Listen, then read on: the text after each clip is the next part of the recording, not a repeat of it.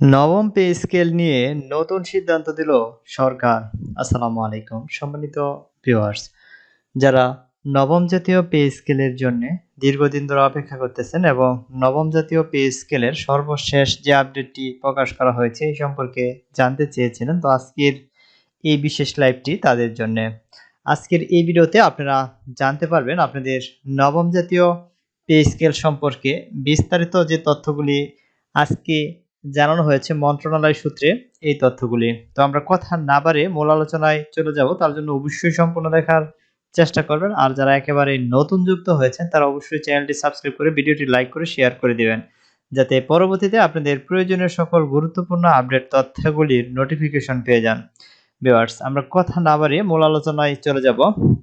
তো আমরা রিসেন্টলি জানতে পেরেছি যে নবম পে স্কেলটি নিয়ে ইতিমধ্যে নতুন সিদ্ধান্ত হয়েছে এবং সেখানে আইএমএফ থেকে জানানো হয়েছে, অর্থাৎ আন্তর্জাতিক মুদ্রা তহবিল থেকে বলা হয়েছে যেটাকে আরো 2 বছর পিছানোর জন্য, অর্থাৎ নবম পে স্কেলটা যেন আরো 2 বছর পর দেওয়া হয়, এটির উপর একটি আন্তর্জাতিক মুদ্রা তহবিল দাবি জানিয়েছে। তবে সরকার এই দাবিতে একমত পোষণ করেনি।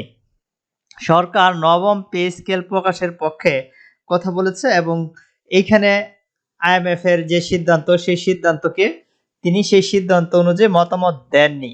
তবে আইএমএফ এর সিদ্ধান্ত মতামত না দিলে ইতিমধ্যে বর্তমানে যে পরিস্থিতি সৃষ্টি হবে এটি নিয়ে একটি প্রতিবেদন দেওয়া হয়েছে। আমরা সেই প্রতিবেদনটি আপনাদেরকে দেখিয়ে দিচ্ছি। এখানে দেখেন বলা হয়েছে অর্থনৈতিক চাপ, রাজস্ব ঘাটতি এবং আন্তর্জাতিক মুদ্রা তহবিল আইএমএফ সতর্ক অবস্থানের কারণে বহুল প্রতীক্ষিত নবম পে স্কেল বাস্তবায়নে সাময়িক জটিলতা তৈরি হয়েছে।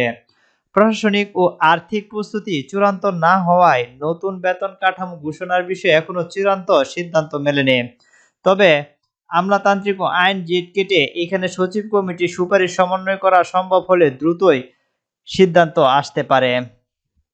জানা গেছে আর্থিক সক্ষমতা ও সমষ্টি অর্থনীতির উপর সম্ভাব্য চাপের কথা বিবেচনায় নিয়ে নতুন পে স্কেল অন্তত 2 বছর পিছিয়ে দেওয়ার পরামর্শ দিয়েছে আন্তর্জাতিক মুদ্রা তহবিল।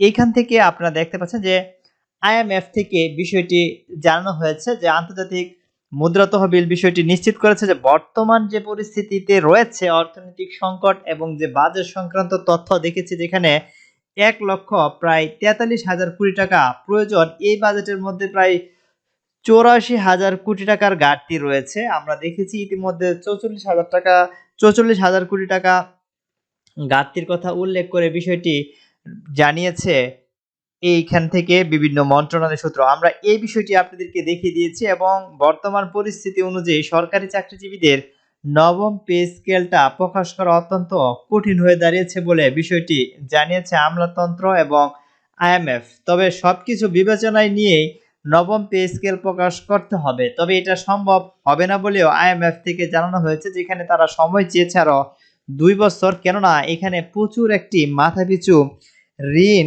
এখানে তৈরি হচ্ছে। বর্তমানে মাথাপিছু যে ঋণ রয়েছে সেটির বোঝা আরো ভারী হতে পারে বলে এবং এইখানে বাজারের মধ্যে বড় ধরনের প্রভাব ফেলতে পারে এই নবম পে স্কেলটি, যেখানে নতুন করে মুদ্রা ছাপাতে গেলেও এইখানে টাকার মান কমে আসতে পারে, ফলে বাংলাদেশের অবস্থান ইন্দোনেশিয়ার মতো টাকার মান পড়ে যাবে।